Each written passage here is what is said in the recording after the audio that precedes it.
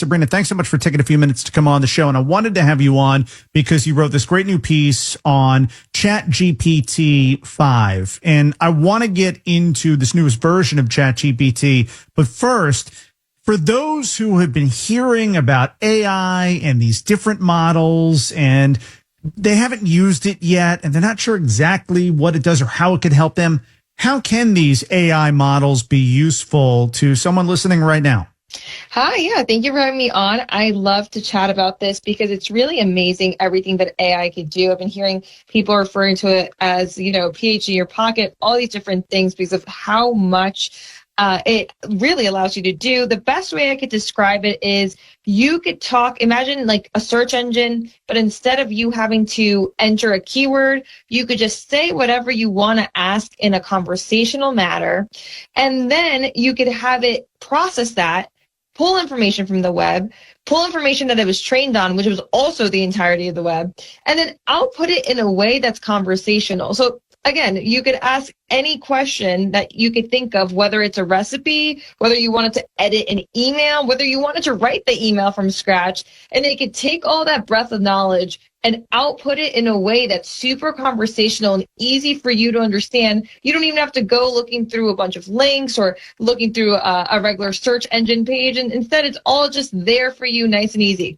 Yeah, and I think the key point there, and this has been my experience using ChatGPT for quite some time now, the best way to go about it is to have a conversation with it. When you're typing into ChatGPT, to talk to it like you're talking to a person, and you kind of go back and forth until you ultimately get exactly what it is you're looking for.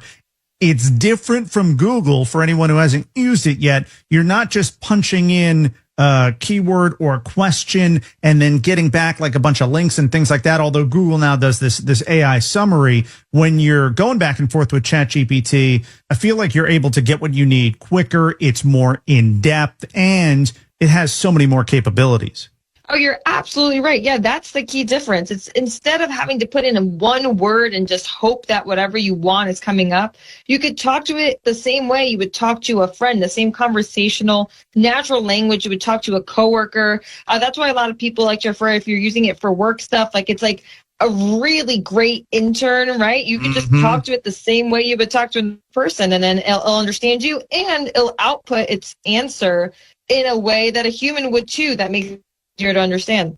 We're joined now by AI senior editor for ZDNet, Sabrina Ortiz. So let's get to GPT-5, which is a really important update for the company behind all of this, OpenAI. What is it that's supposed to make this newest model really stand out? Yeah, it's huge. It was a highly anticipated model, just dropped last week.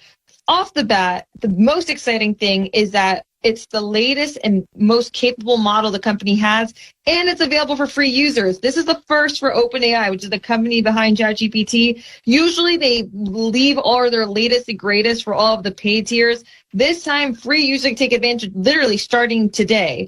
And then why would they want to take advantage? Well, essentially, the way OpenAI is marketing this model is that instead of you having to have the guesswork of choosing like, what kind of model should I use for this prompt?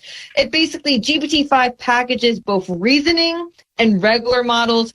Don't have to worry too much about what reasoning means. It's just like the same way that when you think longer before you speak, the answer is usually better. Same way of reasoning models, just they think a bit longer and can tackle more complex problems and put out better answers. And then a regular model meshes them both into one package and automatically selects the best model for you depending on whatever you ask. So again, it's just supposed to make the process easier, faster, but the experience is the same. It's really on the back end. But it's exciting because free users can access it. Yeah, the biggest difference I've seen so far with GPT-5 compared to the other versions that I've used, with GPT-5, you can see it thinking through whatever it is it's working on for you. And it's really fascinating to watch how it thinks. And I have found that ultimately you get better answers. You get more of what you're looking for because of that. Not perfect, but better.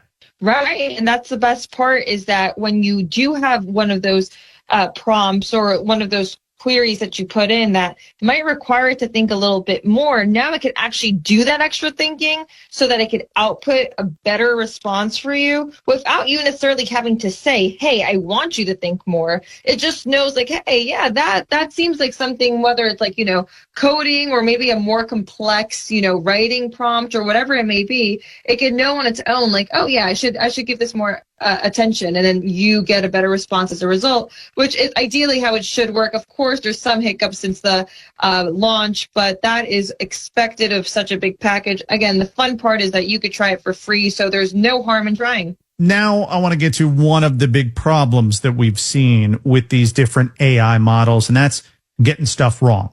And that was a big point of emphasis, it seemed like, from OpenAI when they were rolling out GPT-5. They feel like they're doing a better job with this latest model of making sure it gives out accurate, factual information, and there's less hallucinating or just coming up with made up stuff, fake stuff, which we see from time to time with these models. Yeah, it's a great point, and I love that you brought that up because that is a really big problem with all of these AI models. Whichever one you use, they always sound like they know what they're talking about because they're trained on, again, how to sound and speak like us, so they've picked up on the patterns. And the thing is, they could pretend to say things that sound really, really good, despite it being entirely false. So hallucination, as you called it, which is a term we give it, is a really big issue. With this launch, OpenAI did emphasize to target that issue. They released benchmarks showing that it's the most impressive in terms of like the least amount of hallucinating. And also, if you go on X, you see a ton of people using it. My own experience too, you could see that the hallucination rate seems to be lower, which is great. And this is what we should be striving for. Because again, it's a slippery slope. It sounds so real that it's easy to fall into a trap and be like, oh yeah, totally, that's 100% true, when it's just completely false. So yes, big perk of the new model. Senior editor for AI at ZDNet, Sabrina Ortiz. You can check out her work at ZDNet.com, and you can also follow her on X for more at Sabrina. That's with 2 A's at the end, _Ortiz. Sabrina, really appreciate the time and insight. Thanks so much. Totally. Thank you. Happy tinkering.